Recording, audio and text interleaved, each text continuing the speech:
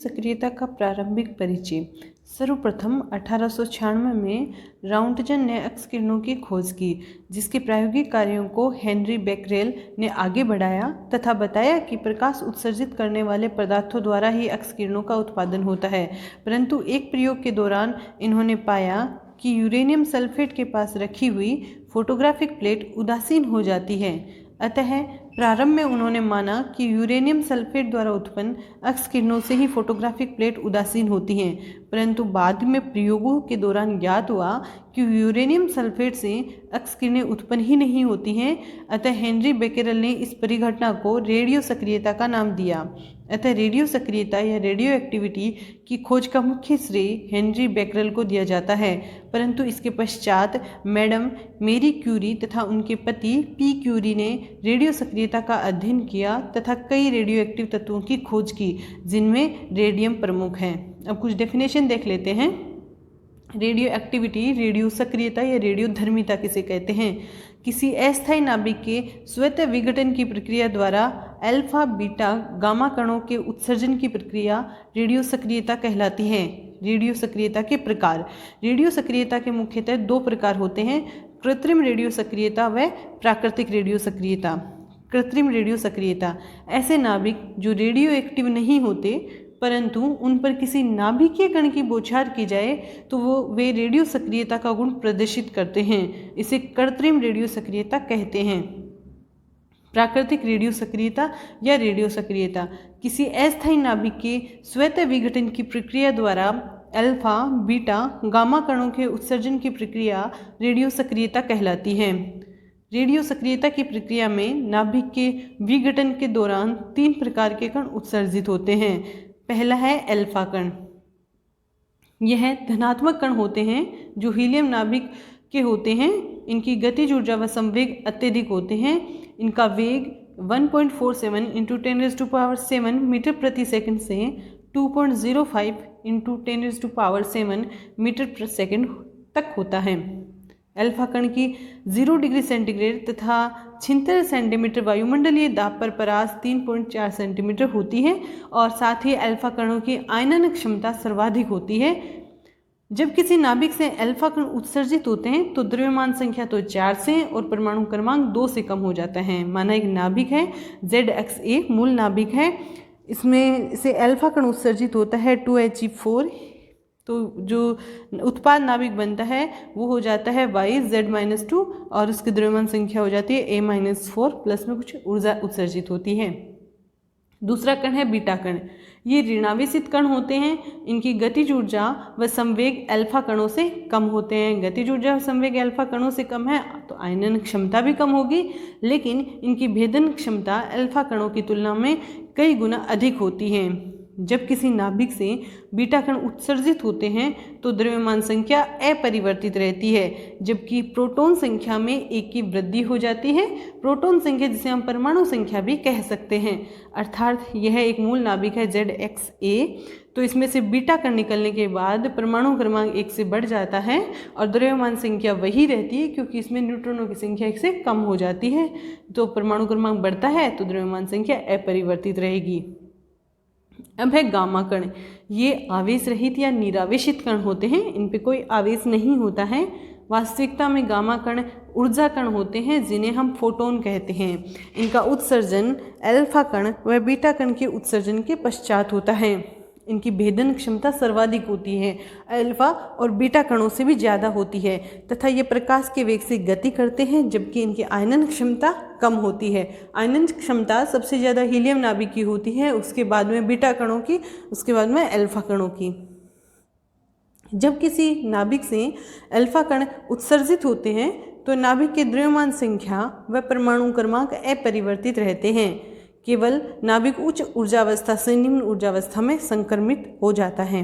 अब है रेडियो सक्रियता या रेडियो धर्मिता के मूल नियम। पहला नियम है किसी रेडियो एक्टिव प्रतिदर्श में उपस्थित कि सभी नाभिकों के विघटित होने की प्रायिकता एक समान होती है।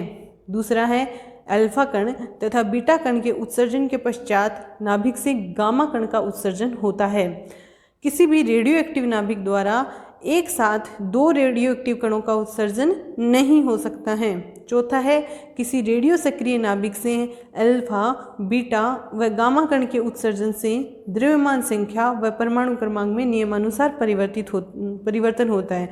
अल्फा कण है तो 2He4 निकलेगा, तो 2 तो परमाणु क्रमांक कम हो जाएंगे उत्पाद नाभिक में मूल नाभिकों से, और द्रव्यमान संख्या 4 से परिवर्तित हो जाएगी। ऐसे ही बीटा में द्रव्यमान संख्या अपरिवर्तित रहेगी और परमाणु क्रमांक 1 से बदल जाएगा। गामा कणों में द्रव्यमान संख्या और परमाणु क्रमांक वही रहता है, बस परमाणु उत्तेजित अवस्था से ऊर्जा उत्सर्जित करके मूल अवस्था में आ जाता है। अब है मोस्ट इम्पोर्टेंट रेडियो सक्रियता का रदरफोर्ड-सोडी नियम, जिसे क्षरण नियम भी कहते हैं। रदरफोर्ड-सोडी के अनुसार किसी रेडियो सक्रिय तत्व की सक्रियता दर उसमें उपस्थित सक्रिय नाभिकों की संख्या के समानुपाती होती है, अर्थात dN/dt समानुपाती n। dN/dt is equals to, समानुपाती का निशान हटाएंगे तो यहाँ माइनस लैम्बडा आ जाएगा, कांस्टेंट तो माइनस लैम्बडा n, जहाँ लैम्बडा विघटन नियतांक, क्षयांक या क्षय नियतांक कहलाता है, और n क्या है, सक्रिय नाभिकों की संख्या है।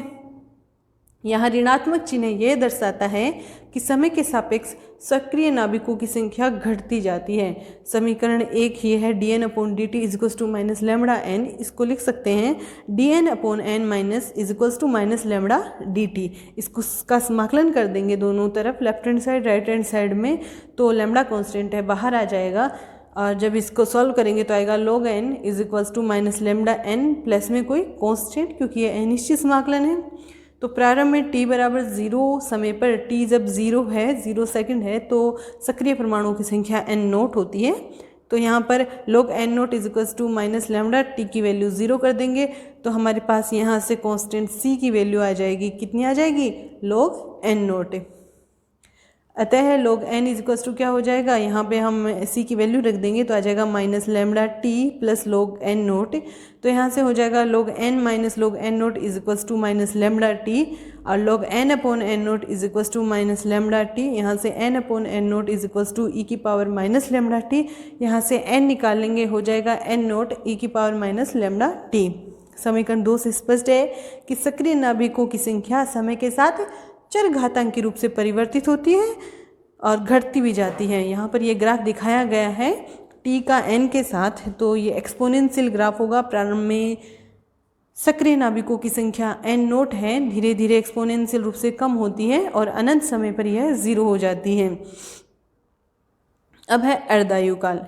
किसी रेडियो एक्टिव पदार्थ का अर्ध आयुकाल वह समय होता है जिसमें सक्रिय नाभिकों की संख्या प्रारंभिक संख्या की तुलना में आधी रह जाती है, अर्थात जब t हाफ उस वक्त होगा जब n क्या हो जाएगा, n0/2। तो यहाँ पर n is equals to n0 e की power minus lambda t, equation में इनकी वैल्यू रख देंगे तो n रख देंगे n0/2 और t को कर देंगे t हाफ, मतलब अर्धायुकाल। यहाँ पर इसको सॉल्व कर लेंगे, सॉल्व करने से हमारे पास t हाफ की वैल्यू आ जाएगी, और यह वैल्यू कितनी आ जाएगी, 0.693 अपॉन में लैम्बडा। तो ये होता है अर्धायुकाल 0.693 अपॉन लैम्बडा, जहाँ लैम्बडा क्षयांक या क्षय नियतांक है। औसत आयुकाल। किसी रेडियो सक्रिय पदार्थ का पूर्ण आयुकाल प्रायोगिक व सैद्धांतिक रूप से ज्ञात नहीं किया जा सकता। क्यों नहीं किया जा सकता, क्योंकि चरघातांकी वक्र समय अक्ष को अनंत पर प्रतिच्छेदित करता है। अतः रेडियो सक्रिय पदार्थ का औसत आयुकाल ज्ञात किया जाता है, क्योंकि इसका पूर्ण आयुकाल ज्ञात नहीं किया जाता, इसलिए इसको औसत आयुकाल ज्ञात करते हैं। औसत आयुकाल को टो से लिखते हैं। इसका फॉर्मूला है प्रतिदर्श में उपस्थित सक्रिय नाभिकों की कुल आयु अपॉन प्रतिदर्श में उपस्थित प्रारंभिक सक्रिय नाभिकों की कुल संख्या।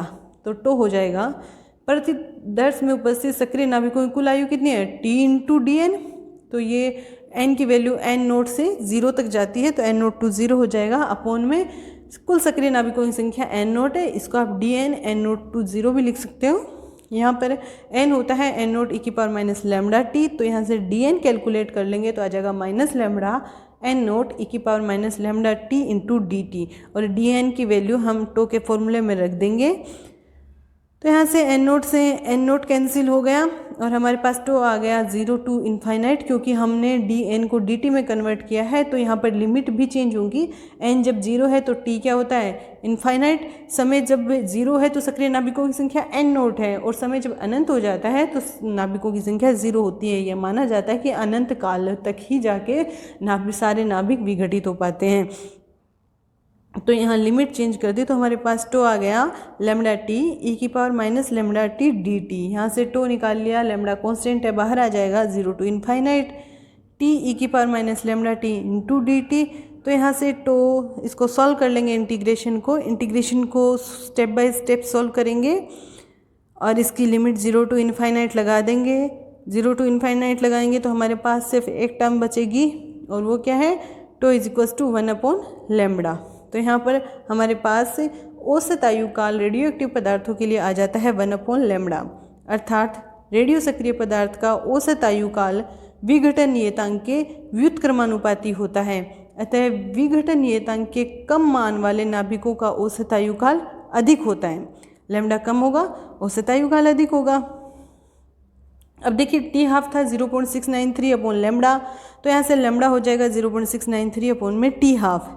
तो होता है 1 अपॉन लेमडा, तो tau is equals to lambda की यहाँ वैल्यू रख देंगे तो टो और टी हाफ में रिलेशन आ जाएगा, औसत आयुकाल का अर्ध आयुकाल के साथ रिलेशन आ जाता है और यह होता है tau is equals to T half upon में 0.693।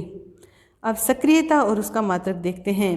एकांक समय में विघटित भागों की संख्या रेडियो सक्रिय नाभिकों की सक्रियता कहलाती है। मतलब जो रेडियो सक्रिय नाभिक हैं उनकी एकांक समय में उसका कितना भाग विघटित हो जाता है वह कहलाती है रेडियो सक्रियता। तो इसको dn अपॉन dt से लिखते हैं कि dt टाइम में अगर dn विघटित होते हैं नाभिक तो एकांक टाइम में हो जाएंगे dn अपॉन dt, और ये विघटित हो रहे हैं इसलिए हम माइनस साइन आएगा।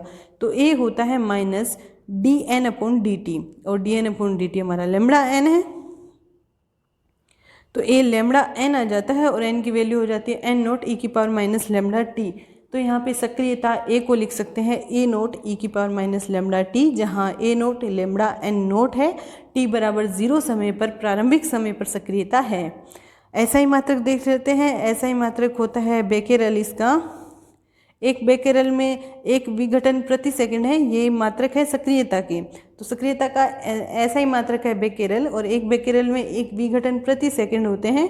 इसका दूसरा मात्रक क्यूरी और रदरफोर्ड है। क्यूरी होता है, एक क्यूरी में 3.7 गुणा 10 की पावर 10 विघटन प्रति सेकंड होते हैं। इनको हम 3.7 इंटू 10 की पावर 10 विघटन प्रति सेकंड है, 12 को बोलते हैं गीगाबाइट, तो ये यहाँ मिसप्रिंट है।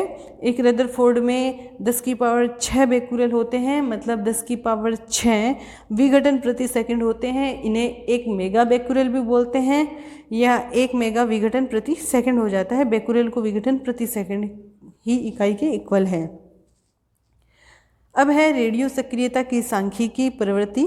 आगे बढ़ने से पहले मैं आपको बता दूं कि अगर ये नोट्स आप पीडीएफ रूप में लेना चाहते हैं तो डिस्क्रिप्शन बॉक्स में दिए गए लिंक पर जाकर के आप इनको डाउनलोड कर सकते हैं।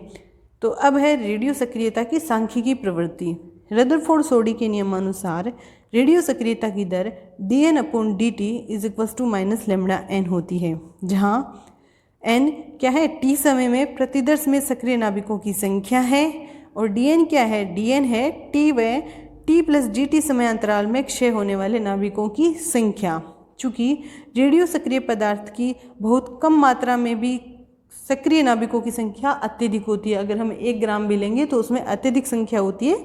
जैसे 1 ग्राम पोलोनियम में 2.7 इंटू 10⁻15 सक्रिय नाभिक होते हैं, जो कि अपने आप में एक बहुत बड़ी मात्रा है। इसलिए n का मान अत्यधिक व परिवर्तनशील होता है। अतः dt समय अंतराल में विघटित होने वाले नाभिकों की संख्या dn भी बहुत ज़्यादा होगी, जिसमें नाभिकों की पहचान संभव नहीं हो पाती है कि कौन सा नाभिक है। परंतु यदि सक्रिय नाभिकों की संख्या कम हो तो विघटित होने वाले नाभिकों को पहचाना जा सकता है। चूँकि नाभिक के विघटन की घटना पूर्णतः यादृच्छिक होती है, अतः कम सक्रिय नाभिक हेतु इस घटना की व्याख्या नहीं की जा सकती है। अतः रेडियो सक्रियता एक पूर्णतः सांख्यिकी घटना है। अतः यदि विघटित होने में लगे समय t को समान समयांतराल डेल्टा t में विभाजित करें तो किसी नाभिक के विघटित होने की प्रायिकता p समय अंतराल डेल्टा टी के क्या होता है, समानुपाती होता है। तो नाभिकों के विघटित होने की प्रायिकता p समानुपाती होगी डेल्टा टी के। समानुपाती को हटाएंगे तो स्थिरांक आएगा लैम्बडा जो कि क्षयांक है। तो नाभिकों के विघटित होने की प्रायिकता p हो गई है लैम्बडा डेल्टा टी। किसी नाभिक के डेल्टा टी समय अंतराल में विघटित नहीं होने की प्रायिकता q1 माइनस p हो जाएगी। जब घटित होने की प्रायिकता p है तो कुल घटित और नहीं घटित होने दोनों की प्रायिकताओं का योग होता है 1। तो 1 में से p हटा देंगे तो कितना बच जाएगा, नहीं घटित होने की प्रायिकता। तो डेल्टा टी समय अंतराल में नाभिकों के विघटित नहीं होने की प्रायिकता जाएगी 1 माइनस p की वैल्यू रख देंगे लैम्बडा डेल्टा टी, तो q1 हो जाएगा 1 माइनस लैम्बडा डेल्टा टी। अतः किसी नाभिक के 2 डेल्टा टी समय अंतराल में विघटित नहीं होने की प्रायिकता अगर हमें 2 डेल्टा टी में देखनी है तो हो जाएगा 1 minus P into 1 minus P, और ये हो जाता है 1 माइनस पी का होल स्क्वायर, और p की वैल्यू रख देंगे लैम्बडा टी, तो हमारे पास आ जाएगा 1 माइनस लैम्बडा डेल्टा टी का होल स्क्वायर। किसी नाभिक के n डेल्टा टी समय अंतराल में विघटित नहीं होने की प्रायिकताएं n टाइम्स 1 माइनस पी हो जाएगा। तो ये हो जाएगा 1 माइनस पी की पावर n, और p की वैल्यू रख देंगे लैम्बडा डेल्टा टी, तो आ जाएगा 1 माइनस लैम्बडा डेल्टा टी की पावर n। t समय अंतराल को n भागों में हमने विभाजित किया है तो डेल्टा टी कितना हो जाएगा, t बाई n, क्योंकि n भागों में विभाजित किया है और टोटल टाइम t है, तो ये जो अंतराल है वो हो जाएगा t बाई n का। समीकरण 1 में डेल्टा टी की वैल्यू रख देंगे t बाई n, तो हमारे पास आ जाएगा 1 minus lambda T upon n की पावर n। नाभिकों के डेल्टा टी समय अंतराल में विघटित नहीं होने की प्रायिकताएं हैं ये। यदि n इनफाइनाइट हो तो इसकी लिमिट ले लेंगे, तो limit n tends to infinite n upon n naught हो जाएगा 1 minus lambda T upon n की पावर n। ठीक है, यहाँ पे q की लिमिट ली है हमने, तो ये q मल्टीप्लिकेशन में नहीं है, इसकी लिमिट ली है, तो आ जाएगा 1 minus lambda T upon n की पावर n।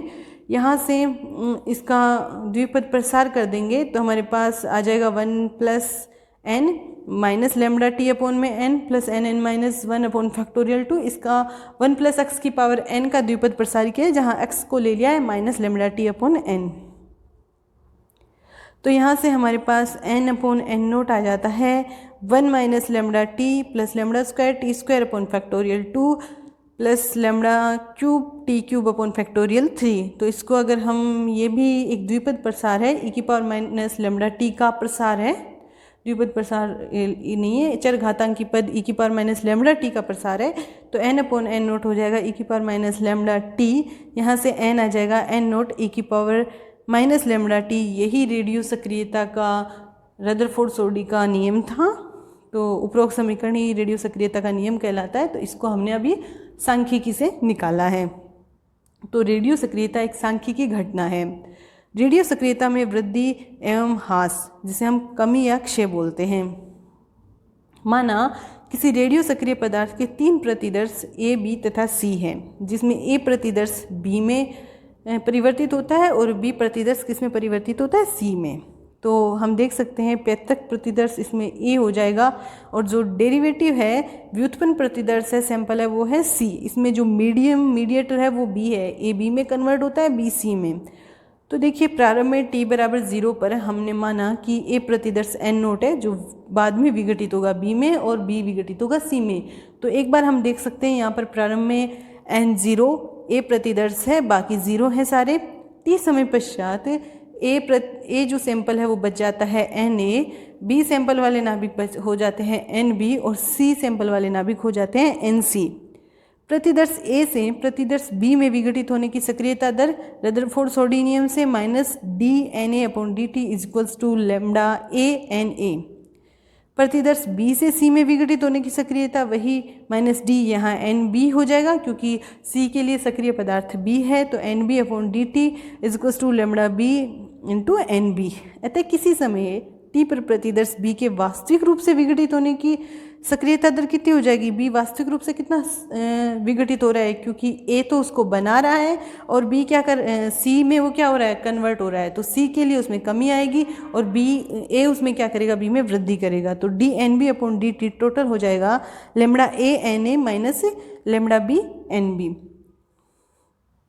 परंतु टी समय पर सैंपल ए में सक्रिय नाभिकों की संख्या एन ए कितनी है, एन नोट ई की power minus lambda A T. तो एन ए की वैल्यू रख देंगे हम, तो हमारे पास ये आ जाएगा। समीकरण 3 के दोनों पक्षों में ई की पावर लेमड़ा बी टी से गुणा करेंगे तो हमारे पास इक्वेशन 4 आ जाएगी। समीकरण 4 के दोनों पक्षों को टी के सापेक्ष इनका समाकलन करेंगे, तो हमारे पास लेफ्ट हैंड साइड में आ जाएगा ई की power lambda B T into N B is equals to, इधर राइट हैंड साइड की दोनों स्टेप्स का हम क्या कर देंगे, समाकलन कर देंगे।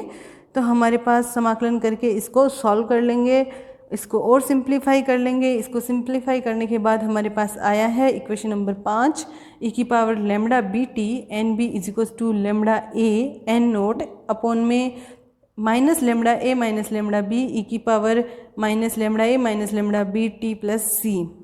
यहाँ से सी एक समाकलन स्थिरांक है जिसका मान प्रारंभिक अवस्थाओं से निकाला जाता है। टी बराबर 0 पर हमें पता है एन बी 0 है, और तो इसे 0 रख देंगे तो आ जाएगा minus lambda A N note upon lambda A minus lambda B plus C. यहाँ से सी की वैल्यू आ जाती है, और इस सी की वैल्यू को हम इक्वेशन नंबर 5 में जहाँ ये समाकलन स्थिरांक था सी वहाँ रख देते हैं, तो हमारे पास कुछ इस तरह की इक्वेशन आती है।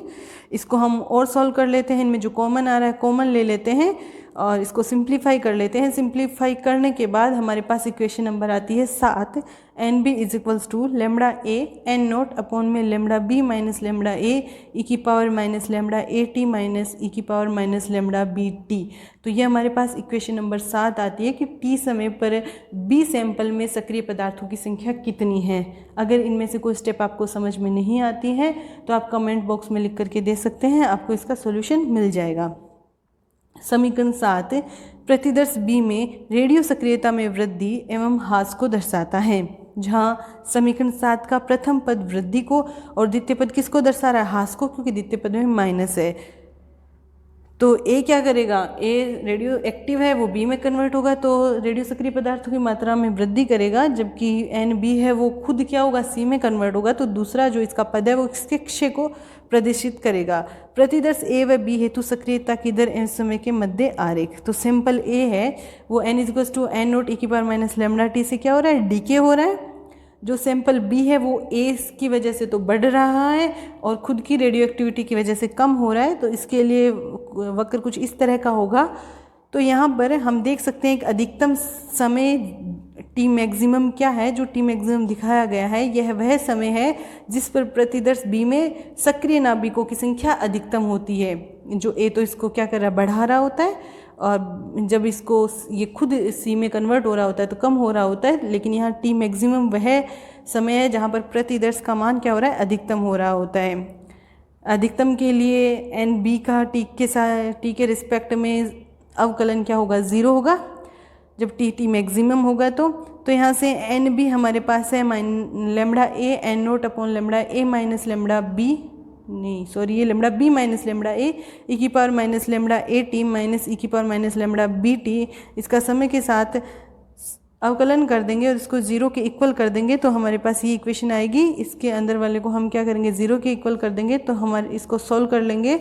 सॉल्व करने के बाद हमारे पास इक्वेशन आती है ये ई की power lambda B minus lambda A T maximum is equals to lambda B upon lambda A. यहाँ से टी मैक्सिमम की वैल्यू निकाल लेते हैं जो आएगी log lambda B upon lambda A upon में lambda B minus lambda A. अब देखते हैं माध्य आयुकाल के पदों में, टो के पदों में देखें tau is equals to 1 upon lambda है तो lambda is equals to 1 upon tau है। तो यहाँ पे टी लेमड़ा की जगह 1 अपॉन टो लिखेंगे तो टी मैक्सिमम हो जाएगा लॉग, यहाँ पे देखिए lambda B minus lambda A नीचे है तो ये हो जाएगा tau A minus tau B upon tau A tau B, tau A tau B ऊपर आ जाएगा तो ये टी मैक्सिमम हो जाएगा tau A tau B log tau A upon tau B divided by tau A minus tau B. तो ये था वह मैक्सिमम समय जिसमें प्रतिदर्श बी की मात्रा या अधिकतम होती है, सक्रिय नाभिकों की मात्रा अधिकतम होती है, वो समय होता है। अब है आदर्श साम्यावस्था। साम्यावस्था की वह स्थिति जब पैतृक रेडियो एक्टिव प्रतिदर्श की सक्रियता की दर व व्युत्पन्न रेडियो एक्टिव प्रतिदर्श की सक्रियता की दर परस्पर बराबर हो जाती है। मतलब जब लेमड़ा ए एन ए किसके बराबर हो जाए, लेमड़ा बी एन बी के, मतलब ए सैंपल ए के सक्रियता सैंपल बी की सक्रियता के बराबर हो जाती है। बराबर हो जाती है तब ए जितना विघटित होता है बी उतना ही सी बनाता जाता है। तो ये आदर्श साम्यावस्था होती है। जब D N B upon D T zero होती है तो रेडियो एक्टिवता में वृद्धि एवं ह्रास होता है। तो lambda A N A minus lambda B N B zero है, तो यहाँ से lambda A N A is equals to lambda B N B आ जाता है। ये स्थिति किस पर मिली थी हमें? मैक्सिमम पे मिली थी। तो T is equals to T maximum पर यह कंडीशन प्राप्त होती है आदर्श साम्यावस्था की। चूंकि रदरफोर्ड सोडी के नियमानुसार n is equals to N naught E की पावर माइनस लेमड़ा टी होता है, तो N A is equals to N naught E की power minus lambda A T maximum. अगर हम इक्वेशन नंबर 1 ये जो सक्रियताएं बराबर है वो वाली इक्वेशन और 2 इक्वेशन को काम में लें तो हमारे पास आ जाएगा lambda B N B is equals to lambda A N A की वैल्यू रख देंगे हम, फिर टी मैक्सिमम की वैल्यू रख देंगे लेमड़ा के पदों में, फिर इसको सॉल्व कर लेंगे तो हमारे पास आएगा lambda B N B is equals to lambda A N naught lambda A upon lambda B ई की power lambda B minus lambda A upon में lambda B minus lambda A. तो ये हमारे पास इक्वेशन आ जाएगी। माध्य या औसत आयुकाल के पदों में निकालें तो लेमड़ा ए को लिख देंगे 1/टो ए, लेमड़ा बी को लिख देंगे 1/टो बी और इसको थोड़ा सा सॉल्व कर लेंगे तो हमारे पास इक्वेशन नंबर 3 आ जाएगी। लेमड़ा बी एन बी अर्थात प्रतिदर्श बी की सक्रियता हो जाएगी lambda A N naught tau B upon tau A E की पावर टो बी अपॉन में tau A minus tau B. समीकरण 3 से स्पष्ट है। इसे हम देख सकते हैं कि सक्रियता की दर किस पर निर्भर कर रही है? समय पर निर्भर करती है। अतः व्युत्पन्न प्रतिदर्श में जिस समय सक्रिय नाभिकों की संख्या अधिकतम हो जाती है उस स्थिति में साम्यावस्था की स्थिति प्राप्त होती है। अतः tau equals to tau maximum पर आदर्श साम्यावस्था प्राप्त होती है। D N B upon D T की ग्रेटर देन 0 होता है तब समय 0 से टी मैक्सिमम के बीच में होता है ना, टी 0 से टी मैक्सिमम के बीच होता है तो प्रतिदर्श बी के विघटन की दर होती है, विघटित होता है प्रतिदर्श, यह क्षणिक साम्यावस्था की स्थिति कहलाती है। और जब t greater than T maximum होता है तब अगर सक्रियता ग्रेटर देन 0 है तो ये निरपेक्ष साम्यावस्था की स्थिति कहलाती है। अर्थात इन दोनों स्थितियों में हमें आदर्श साम्यावस्था की स्थिति प्राप्त नहीं होती है। अब है तात्क्षणिक या क्षणिक या अल्पस्थायी या ट्रांजिएंट साम्यावस्था। वह साम्यावस्था जब पैतृक रेडियो एक्टिव प्रतिदर्श की सक्रियता की दर उसके व्युत्पन्न रेडियो सक्रिय प्रतिदर्श की सक्रियता के परस्पर बराबर हो जाती है, परंतु व्युत्पन्न रेडियो सक्रिय प्रतिदर्श में सक्रिय नाभिकों की संख्या अधिकतम नहीं होती है, तात्क्षणिक या क्षणिक साम्यावस्था कहलाती है। ये यहाँ पर है वह साम्यावस्था जब पैतृक रेडियोएक्टिव सक्रिय पदार्थ की सक्रियता की दर उसकी व्युत्पन्न रेडियो सक्रिय प्रतिदर्श की सक्रियता से अधिक होती है, लेकिन व्युत्पन्न रेडियो सक्रिय प्रतिदर्श में सक्रिय नाभिकों की संख्या अधिकतम नहीं होती है। ठीक है, यहाँ पे बराबर मिसप्रिंट हो गया था। यह साम्यावस्था स्थायी नहीं होती है। इस प्रकार की साम्यावस्था में पैतृक रेडियो सक्रिय प्रतिदर्श के नाभिकों की औसत आयुकाल व्युत्पन्न रेडियो सक्रिय प्रतिदर्श के नाभिकों की औसत आयुकाल से अधिक होती है। ये दिखाया गया है। माना T A greater than T B है, इसका जो ए सैंपल है उसके लिए टी की वैल्यू बी सैंपल के वैल्यू से ज़्यादा है तो नमूने के विघटन की दर minus D N B upon D T equal to lambda B N B होती है। यहाँ से एन बी हमने देखा था होता है lambda A N note upon में lambda B minus lambda A E की power minus lambda A T minus E की power minus lambda B T. Lambda को दोनों पक्षों को लेमड़ा बी से गुणा कर दिया तो हमारे पास ये सक्रियता आ गई है। तो इसको सॉल्व कर लेंगे तो हमारे पास लेमड़ा बी एन बी आ जाएगा लेमड़ा बी अपॉन में lambda B minus lambda A 1 minus E की power minus lambda B minus lambda A into T.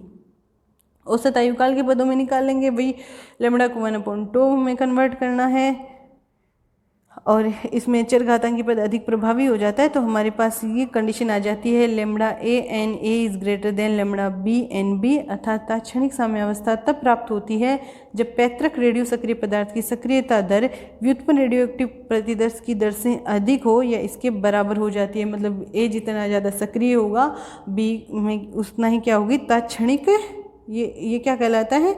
तात्क्षणिक सक्रियता कहलाती, साम्यावस्था कहलाती है, ट्रांजिएंट स्टेट कहलाती है। इसमें ए बी में कन्वर्ट होता रहेगा और बी सी में। यदि टी इक्वल टू 0 अर्थात प्रारंभिक अवस्था है तो lambda B N B upon lambda A N A 0 होगा, मतलब बी की सक्रियता क्या होगी? 0 होती है प्रारंभ में। लेकिन जैसे ही इसका रेडियो एक्टिव डीके स्टार्ट होता है, ए का बी का भी स्टार्ट हो जाता है। निरपेक्ष साम्यावस्था, यह स्थिति वास्तविकता में प्राप्त ही नहीं होती है, ये काल्पनिक रूप में प्राप्त होती है। यदि टी इनफाइनाइट हो तो पैतृक रेडियो एक्टिव प्रतिदर्श तथा व्युत्पन्न रेडियो एक्टिव प्रतिदर्श की सक्रियता दरें एक समान हो जाती हैं। इसे निरपेक्ष, चिरकालिक या सेक्युलर साम्यावस्था की स्थिति कहते हैं। निरपेक्ष साम्यावस्था से तात्पर्य है कि यह साम्यावस्था समय अक्ष पर प्राप्त होती है जब रेडियो सक्रियता की दर शून्य हो जाती है। अब है श्रेणी विलोपन में आदर्श, क्षणिक तथा चिरकालिक साम्यावस्था का वर्णन। श्रेणी विलोपन की प्रक्रिया द्वारा प्रतिदर्श बी में परमाणुओं की संख्या हमारे पास आई थी N B is equal to lambda A N note upon में lambda B minus lambda A E की power minus lambda A T minus E की power minus lambda B T.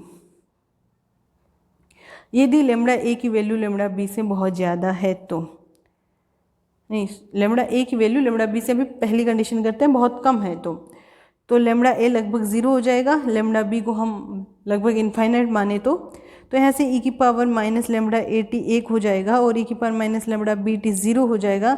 तो एन बी आ जाएगा lambda A N B upon में lambda B, क्योंकि lambda A को हमने नीचे लेमडा बी ज़्यादा है तो lambda B minus lambda A लगभग लेमडा बी हो जाएगा और 1 माइनस 0। तो यहाँ से एन बी अपॉन ए हो जाता है लेमडा ए अपॉन में लेमडा बी।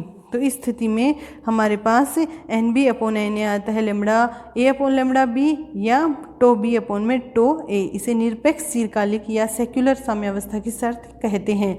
जब लेमडा ए की वैल्यू लेमडा बी से कम है, बहुत ज़्यादा कम नहीं है, बस कम है, तो ना तो लेमडा ए 0 है, अगर लेमडा बी इनफाइनाइट है तो लेमडा ए 0 नहीं है, तो ई की power minus lambda B T लगभग 0 हो जाएगा और ई की power minus lambda A T हमारे पास इस टर्म में रह जाएगा।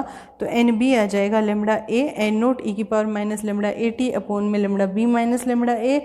इसे लिख देंगे एन नोट ई की power minus lambda A T को एन ए, तो हमारे पास आ जाएगा N B upon N A is equals to lambda A upon में lambda B minus lambda A और N B upon N A हो जाएगा टो बी अपॉन में tau A minus tau B.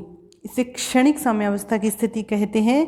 इस स्थिति में प्रतिदर्श ए की औसत आयुकाल का मान प्रतिदर्श बी की औसत आयुकाल से अधिक होता है, अर्थात प्रतिदर्श बी के क्षय नियतांक में कमी आती है, उसका मान क्षय नियतांक का मान कम होता है, कमी नहीं कम होता है। जब प्रतिदर्श ए व बी के क्षय नियतांक परस्पर समान हो जाते हैं तो यह स्थिति आदर्श साम्यावस्था की स्थिति कहलाती है। अब हम इनको एक साथ देख लेते हैं।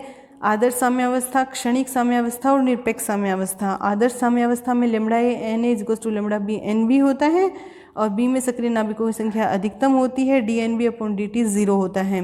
क्षणिक साम्यावस्था के लिए lambda A N A lambda B N B से ज़्यादा होता है और निरपेक्ष साम्यावस्था में lambda A N A lambda B N B से कम होता है। और क्षणिक साम्यावस्था टी इक्वल्स टू 0 से टी मैक्सिमम के बीच आती है, निरपेक्ष साम्यावस्था टी इनफाइनाइट पे आती है।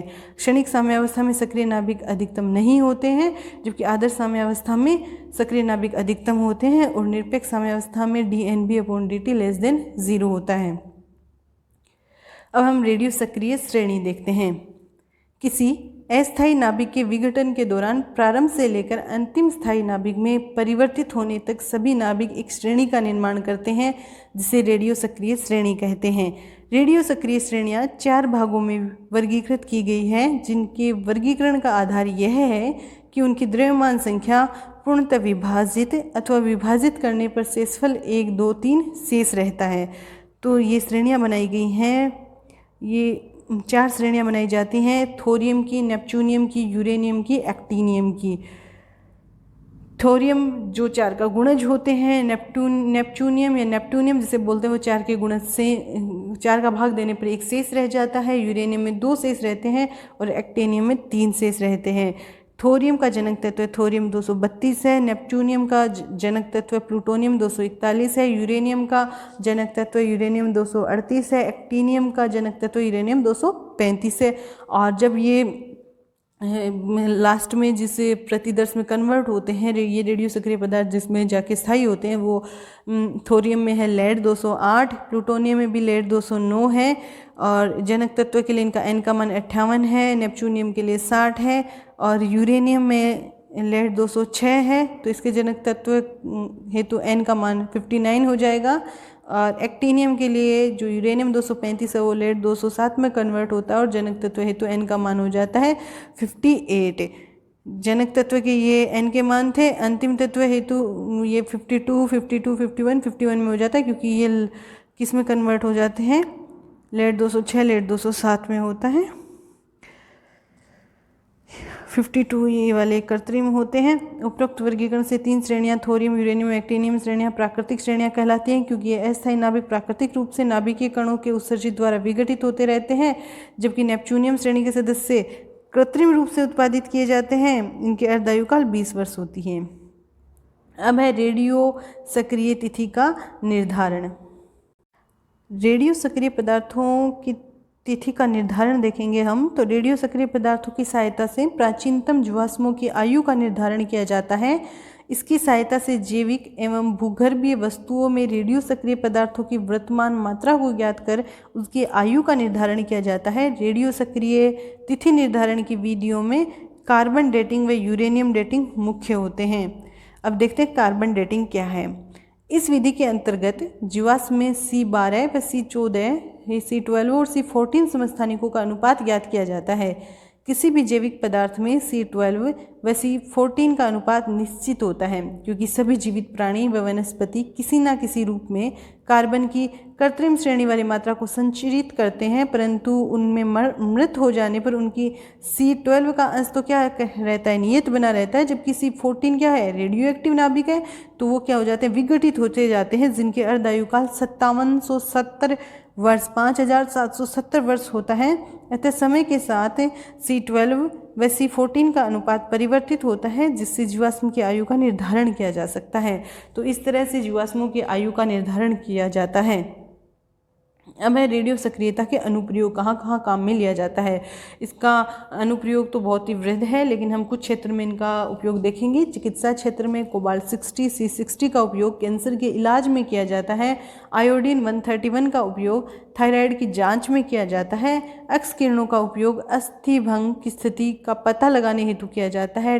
टेक्नीशियम TC99M का उपयोग मस्तिष्क में ट्यूमर की स्थिति का पता लगाने हेतु किया जाता है, जिसकी जगह वर्तमान में PET पॉजिट्रॉन उत्सर्जन टोपोग्राफी का उपयोग करते हैं। इसका दूसरा उपयोग खाद्यान्न व कृषि क्षेत्र में, खाद्यान्न व कृषि क्षेत्र में रेडियो एक्टिव पदार्थों का उपयोग कीट, जीवाणुओं, परजीवियों आदि को नष्ट करने में किया जाता है। साथ ही रेडियो सक्रिय पदार्थों का उपयोग फसलों में टेंसर के रूप में किया जाता है। तो तीसरा हम देख लेते हैं परमाणु भट्टी में। तो परमाणु भट्टी में रेडियो सक्रिय पदार्थों का उपयोग ईंधन के रूप में होता है। आयु निर्धारण में भूगर्भ में स्थित जीवाश्मों की आयु रेडियो सक्रिय पदार्थों की सहायता से ही ज्ञात की जा सकती है। तो ये थी रेडियो एक्टिविटी, रेडियो सक्रियता क्या है, उसके उपयोग कहाँ कहाँ है, कौन सा पदार्थ की अर्धायुकाल कितनी होती है, उसको कैसे ज्ञात किया जाए, एक प्रतिदर्श दूसरे में कन्वर्ट होता है, दूसरा तीसरे में, तो किस समय पर उसकी कितनी मात्रा होती है, ये सब हमने देखा। तो इस PDF को डाउनलोड करने के लिए आप डिस्क्रिप्शन बॉक्स में दिए गए लिंक पर जाकर के इसको डाउनलोड कर सकते हैं। थैंक्स।